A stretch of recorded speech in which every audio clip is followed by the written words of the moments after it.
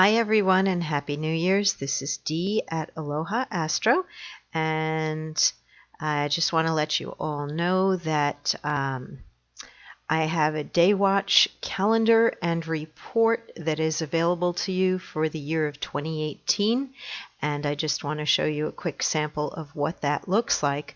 The calendar shows you what sign the moon is in on each given day. And these little symbols here, if you're familiar with astrological symbols, the planetary symbols, and the symbols for aspects between the planets, it will tell you what the aspects are to your natal chart in blue and what the transits and aspects are between the planets in the heavens on each given day. And this would cover an entire year.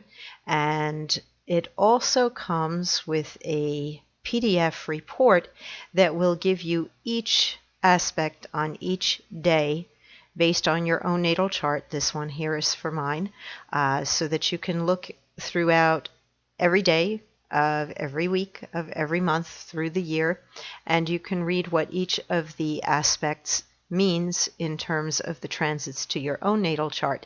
Now, keep in mind this is a computer-generated report, but it is still much more accurate than what you're going to get with a daily horoscope that is based on sun sign only. This is based on your own natal chart. So the transits as they are occurring to your own planets are indicated. It shows you when planets move into houses, such as here the sun enters my 8th house at 7:50 in the morning EST. And it will tell you what those things mean. The moon enters my 3rd house that day, so I have the feeling that this is the day that I will be purchasing a car. We've been looking since December 23rd when our car died, and since the 8th house has to do with money, it's a money-oriented house, and the 3rd house is a transportation and communication house, most likely January 3rd is going to be the day that I purchase a vehicle. So if you would like to order that report and calendar for the year, it is available on my website. And now let's take a look at what the planets are doing for the full moon tonight. I was thinking every time I looked in my ephemeris that it was on the 2nd, but I was not adjusting for Eastern time. So tonight the full moon is occurring at 9:24 p.m. And we have a strong configuration here called a kite involving the moon opposing the sun, and the moon is in Cancer, which is a which is a cardinal water sign, and cardinal means boss-like. It ordains and it wants to be in control. It wants to direct traffic and tell other people what to do and where to go. In the sensitive and emotional water sign of Cancer, it may not seem as strong a cardinal energy as it does in Capricorn, but there can be strength within softness. So this is highly feminine energy, and this moon also rules, Cancer rules the 4th house of home, family, psychological foundations, and Cancer's ruling planet is the moon. So this moon will be particularly emotional because we have the moon where it's most comfortable in its own sign, in the sign of Cancer. So full moon is usually a time of intensified energy around feelings, and things can come to a head at the full moon, and emotions can be very high and strong. Hopefully it is very sentimental and loving at this time, and that you are able to spend some time with family. And this is also a moon sign that loves comfort food. And if you're like me, you are stuck indoors and it's about 10 degrees outside. So yes, there have been brownies and all kinds of other comfort food has been going on in my home. And I'm sure that I will be out walking it off once the weather returns to something more like normal. So I hope you're staying comfortable and warm and safe during this full moon. And this is a sign too that's concerned with needs and feeding. And I would ask that if you see anybody who is in need, especially if you're living in an area where it is cold, there are just so many homeless people in the world, and share food, bring clothes, give them money, do something that will help them out, and make sure that people have a full belly. And take care of your pets and your animals. Please keep them safe and warm as well. So this kite pulls a lot of energy up to a lot of Capricorn stuff going on, where we have Saturn and Venus. They are loosely conjunct. Then we have Venus, Sun, Pluto all together, and Pluto is loosely conjunct the Sun. Right now it is Venus and the Sun that are most closely combined in energy. This can bring more focus on going after the things that we desire.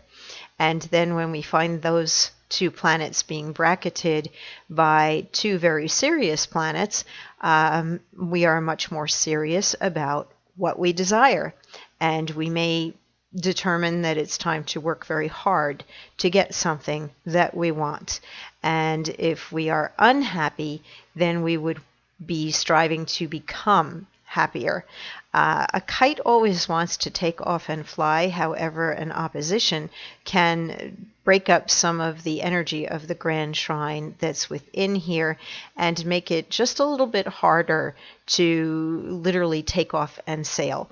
That the height, the top point of the kite here with Venus and the Sun, where we would like to see something that we desire become real, may still involve some work and some determination because of the combination here of Saturn on the one side of Venus and Pluto on this side of the Sun. And both those planets are serious and intense. So we have a sextile running across from the conjunctions here to Mars and Jupiter in Scorpio, and there's a push for growth and, again, intensity. Pluto's the ruler of Scorpio, so this will intensify the desire to take action and to grow. And Scorpio is kind of an all or nothing sign.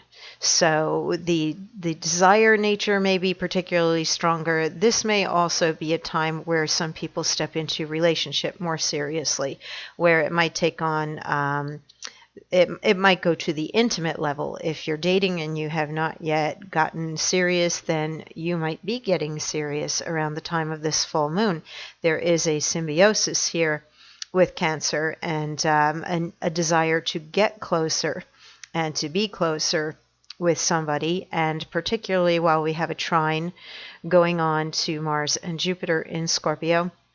Scorpio rules the 8th house, which does have the energy of sexuality, intimacy, and merging associated with it. And then we have the romantic energy here of Neptune, and it is in Pisces, and this is dreamy. It fantasizes, wishes, hopes, dreams for things to be ideal or perfect, and a sextile between the Sun and Venus. And Neptune can also elevate the desire for a perfect love to become real. So people may be seeking out a firming up of their relationship, or to go after a relationship if they don't have one right now. If there is anything else that you are seeking to have in your life and you are very intensely focused on it, and you have been keeping the faith and dreaming and planning, it may be a time period where that can come to fruition around this full moon. And usually it takes a day or two after the full moon before the intensity is gone and things settle down and become real, when everything sorts itself out. So that is what's going on with the planets currently. Uranus, of course, is still in very slow moving. Uranus is in Aries, and there's some weak trines here and squares, but they are not as strong as what we have going on with the kite. So, and then let's see. Let's take a look over here and see if anything's doing any major changes. No, the conjunction of Mars to Jupiter is exact in 5 days. Um, and I see the planet Uranus will be going direct in 16 hours. I wasn't even really aware of its retrograde energy, but that is a planet of change. And anytime a planet does move from retrograde to stationing direct, there can be a little, I just think of it as a hiccup. Sometimes it can create there's a disturbance in the force when something like that happens. Just like when Mercury goes from retrograde to direct, we can feel the shift or the change, a little adjustment. So as this planet begins to move forward, you may have more unexpected things pop up, or you may feel more restless or unstable, and that would be 16 hours from now. So let's take a look at the Sabian symbol for the moon, which is at 11 degrees 38 minutes of Cancer, and we'll round it up to the 12 degrees. A Chinese woman nursing a baby whose aura reveals him to be the reincarnation of a great teacher, the revelation of latent worth in an experience once it is seen in its deeper meaning. In contrast to the clown symbol, which must be the previous one here, clown caricaturing well-known personalities. Okay, let's see. In contrast to the clown symbol, which shows us man's capacity to criticize and laugh at his superficial mannerisms and automatic habits or gestures, we now have a symbol which demands that we look beyond common appearances and try to discover the occult, hidden character of every person and every experience. This symbol has been unduly glamorized. There is no particular reference here to an avatar or messiah, except in the sense that every man is potentially the avatar or manifestation of a soul that has a definite and relatively unique function in the vast field of activity we call the earth.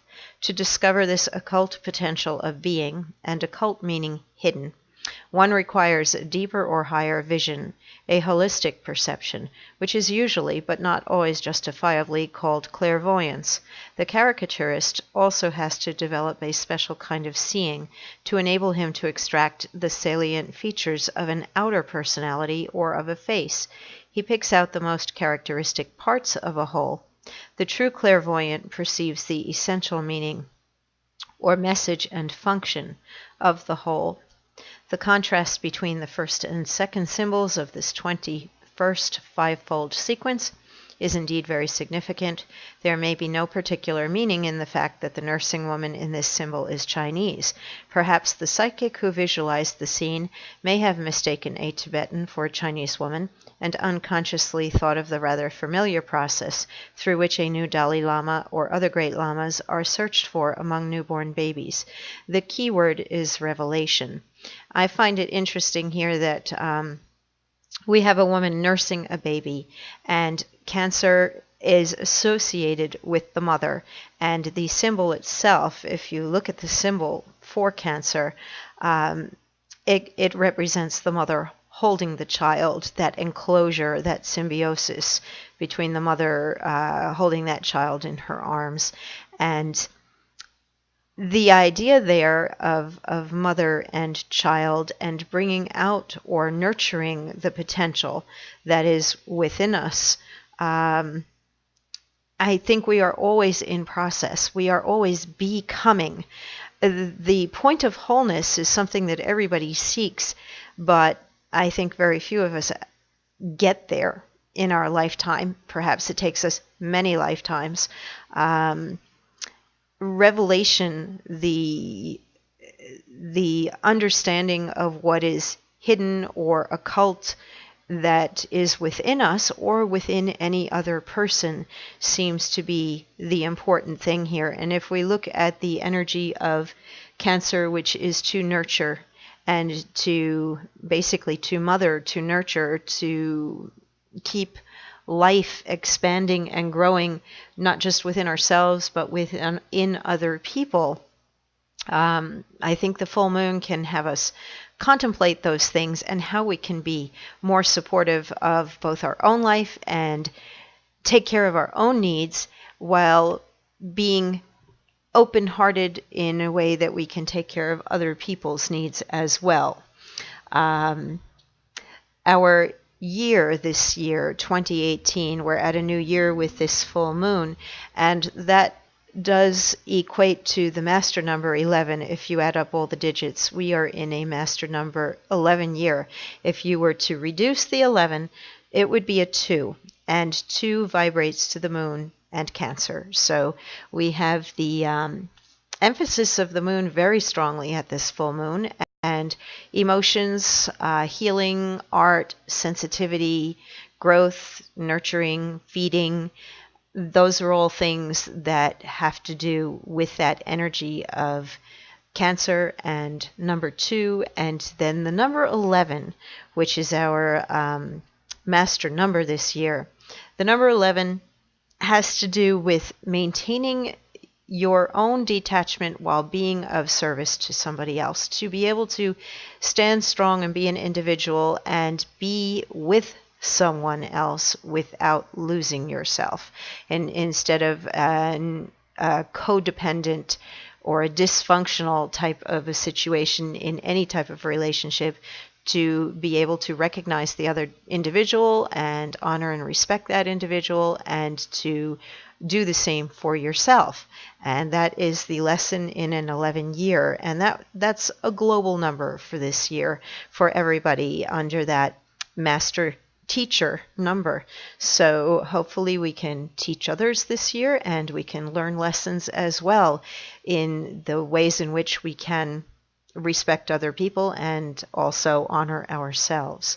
So everybody have a wonderful new year, and I do intend for everyone that you have plenty of love in your life this year, and plenty of prosperity and opportunity to grow and expand and have a fantastic year. And again, we've got the calendars if you're interested over at alohaastro.com. Be safe, everyone, and stay warm.